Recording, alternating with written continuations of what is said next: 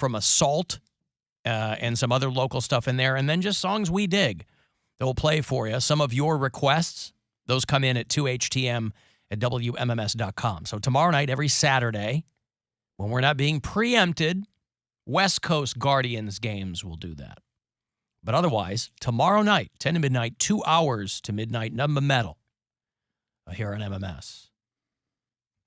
And then the Weekend Cox. I finally achieved my goal of being on this radio station 7 days a week. Weekend Cox is Sunday mornings from 8 to 10. You're in the capable and adequately moisturized hands of Bill Squire and Cody Poundcake Brown. I assume I'm not telling tales out of school with adequately moisturized. My hands are moisturized. I don't have dry hands. That's the good. winter, sometimes it gets away from you a little bit, but this time of year, that's when you've really got to dial in your moisturizing is in the winter time. Sometimes it gets away from me, but I've been good about it the past few years. Yep. Well, and given the dearth of soap in our bathrooms here at work, have you been in the bathroom here today? Not today, no. Is it no soap today? Well, or too much soap? When one thing is fixed, another thing, I every time I walk in there, I fully expect the urinals to be spraying water and the doors to be off the hinges, and I don't know what's going on down there, but it is a wet bathroom. It looked like somebody tried to kick one of the there are 3 stalls and 1 handicap stall. One of those is always out of order. So when one is fixed, another one will be out of order. I was in there briefly this morning. It looked like somebody tried to kick the toilet paper dispenser off the wall. So that's hanging there by like half a bolt. And why can't people just be normal? Like, why? Because there's a restaurant on the ground floor right here, and people get in there and they get lit, and the only bathroom is the one that we all share. It's not in the restaurant. You got to walk out of the restaurant, down the hall to the bathroom, same one we use. And people walk down there and get lit. And so they're in there stumbling. I don't know. Okay. I mean, that's why there's there's also bathroom. Been people puking in there. And I mean, there's been some wild things happening. And I think it's usually wild things. People that are celebrating something or just getting a little too crazy over that restaurant. Because I think a lot of people go there for birthdays. And then they get too drunk. Is that what it is at a birthday spot? I feel like I see a lot of birthdays there. Wow. Especially like on nights when I'm here later, you'll see that place fill up, and it's a lot of birthdays, a lot of celebrations, a lot of large groups. All right. It must be a thing out here in the University of Washington area to wear no bras, because... What did he say? He's calling from Seattle. What did he says say? On the University of Washington area, they don't wear bras. They don't wear bras. It said wear no bras or something, maybe. Okay. University of Washington area to wear no bras, because all these girls are not wearing bras. None of them. And the boobies are bouncing. It's great. Except the little tiny Asian girls with no boobs. But still great. Little tiny Asian girls there in Seattle. Is that the stereotype that Asian girls... I've only dated a handful of Asian girls as a younger man, and they were all stacked.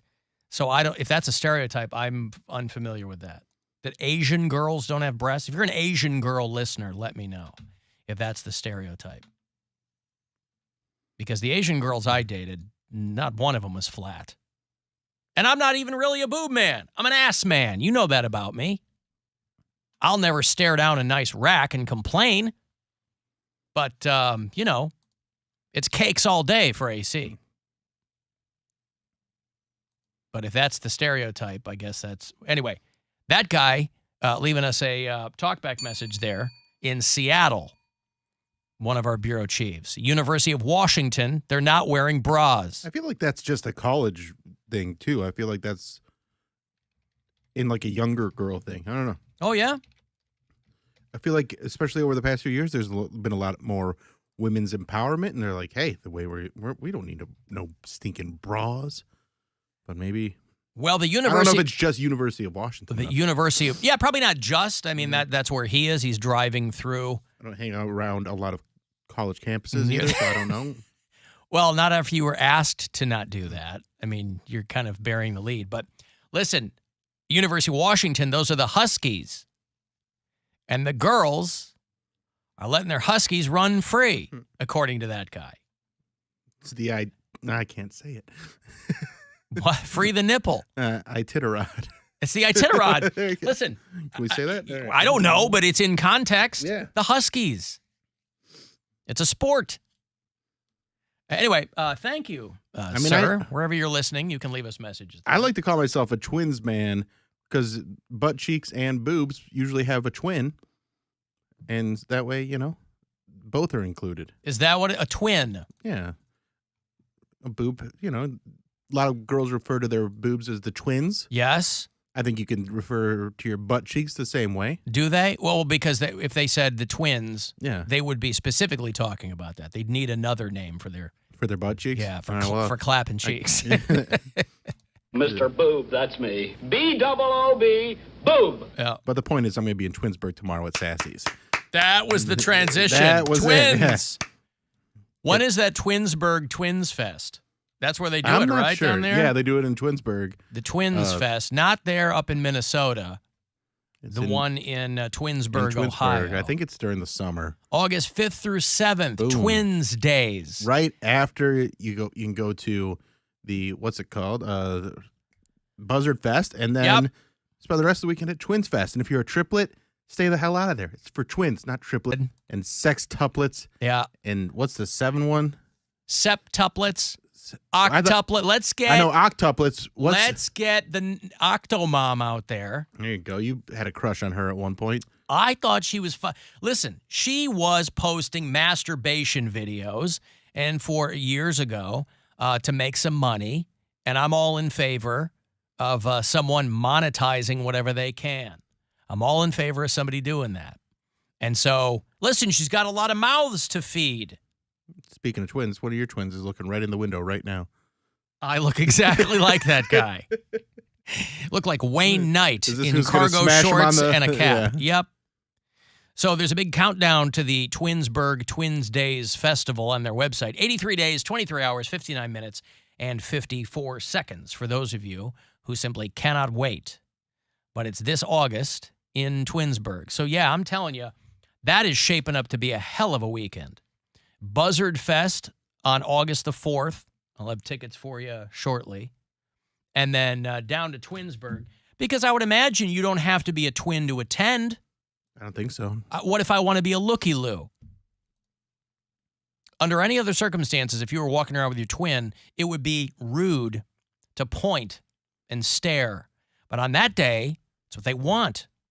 They go, hey, look, hey, there's another one right there. Oh, they finally feel at home because they see so many twins and triplets and all that, quadruplets. Right. But the point is, Sassy's this Saturday, 8 p.m., BillSquire.com for tickets. Is that S-A-S-S-Y or I? Is it a family name? With a Y. S-A-S-S-Y. I don't know anything about the... Is there a woman named Sassy who owns it? I have no idea. Again, just a place that someone booked me to do a show, and so I'm going to do a show there, and it's going to be a lot of fun, and lots of laughs. Mm-hmm. You can come out and buy a poster. Okay. Is that a pay-what-you-want poster? Yes, it is. All right. Yeah. No minimum?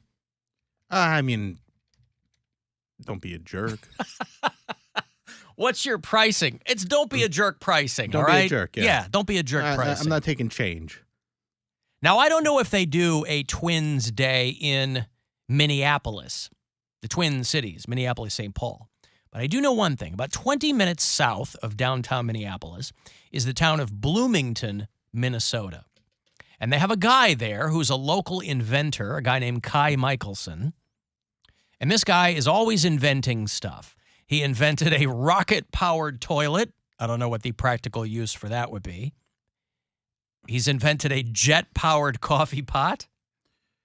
I mean, these are inventions that it's better to have it and not need it than need it and not have it. It is true. I mean, So you got that's friends the coming over for yeah. breakfast or brunch or whatever, and they're like, regular coffee? Why don't you have a jet-powered one? Well, this guy has invented a motorcycle that runs on beer. And it seems... What? It seems... Well, I'll play... If you're watching the live stream, I'll play this for you. It seems like it would be kind of expensive. This job. Over the years, Kai Michelson has made everything from a rocket-powered toilet to a jet-powered coffee pot. But his latest creation is making a different kind of buzz. One thing about this I get it. Buzz. Because it's beer. Yeah. motorcycle is definitely different. And I like to be really creative, do things that other people have never done in the past. Michelson has built what he believes is the world's first beer-powered motorcycle in his garage in Bloomington. Michelson says instead of a gas engine, the bike has a 14-gallon keg with a heating coil inside. So when he pours beer into the keg, the liquid heats up to 300 degrees. Start a fire in 3, 2, 1. And when it goes out the nozzles in the back, the beer turns into superheated steam. Imagine you're behind that. You get third-degree burns in traffic. Right. It's getting up there. I don't drink. I'm a non-drinker, so I can't think of anything better than to use it for fuel. He's like, yeah, gas is getting really expensive, and so I made this. But a keg's still cheaper than gas. Yes. Or more expensive than gas. I mean, what's a half-barrel keg? Like $150? It's been 100 years since I bought one, but I mean... Yeah, I haven't bought a keg since college. Holy cow. This guy's like, yeah, I'm going to sell it to Kid Rock. 15-gallon tank. I mean, how is that cheaper than gas? I mean, a regular motorcycle tank is like 6 gallons. Right. Costs you $20, even if gas is expensive. Yeah, $160 to $200 for a half gallon. Right. How is that cheaper than gas? He goes, gas is getting expensive. I And think again, he's just being silly. you think so? I think he's a silly guy that likes to make silly inventions. This guy's a goose. Now, can you tell what beer is in it by how it sounds or smells? Well, what he did was, because I initially thought he had this hooked up to like a keg, but he's got a tank that he fills up. It shows his nephew or assistant or whatever filling it up with bottles of Coors Light. Okay. Because you're not going to fill it up with some gay beer. Yeah, you want Bud Light, and you're just like, Yeah, vroom. You, you don't Vroom, want vroom. No. You don't want to do that. You're going to get Kid Rock all mad. Yeah. He's going to have a weird boner if he sees a It's supposed beer-powered motorcycle, but it's got Bud Light running through It's it. supposed to blow steam, not fairy dust. Yeah! So this guy, whatever he was doing, he was using Coors Light to do it. Maybe that's just what they had lying around. But he's But again, if you were able to watch that demonstration there, if you happen to be behind this guy in traffic, the steam and the high pressure, I mean, you'd get third-degree burns. So I don't know if it's road ready or if it's just something that he dicks around with in the garage. Either way, that's all right. But the beer motorcycle there in this guy's workshop up there in Bloomington, Minnesota, it's a thing of beauty. Kai Michelson is the guy. Bike has a 14-gallon keg with a heating coil. Yeah, that would be expensive, I would think. He said it's still technically in the early stages. He said his bike is more of a boozer than a cruiser. Get it? Yeah. Because a motorcycle? Mm-hmm. I mean, even a cruiser bike, it's got a little bit of a bigger tank, maybe 8-9 gallons instead of 6. That's still $25 in gas, as opposed to just pouring bottles of beer into it. I think maybe he should just hook up a keg. I don't know. Spatially, that's probably not the way to go.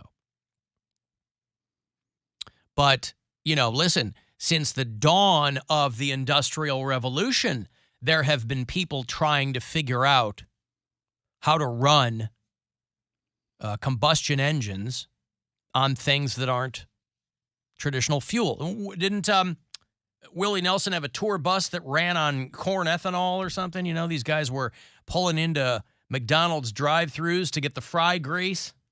Yeah. And running their RVs that way. I mean, that's not very, it sounds great, but it's not especially environmentally friendly. And it takes a lot to process it.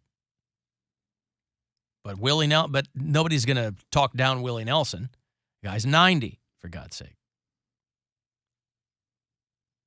And he's trying to, listen, Willie Nelson will eventually reduce his carbon footprint to 0. Do you understand what I'm saying?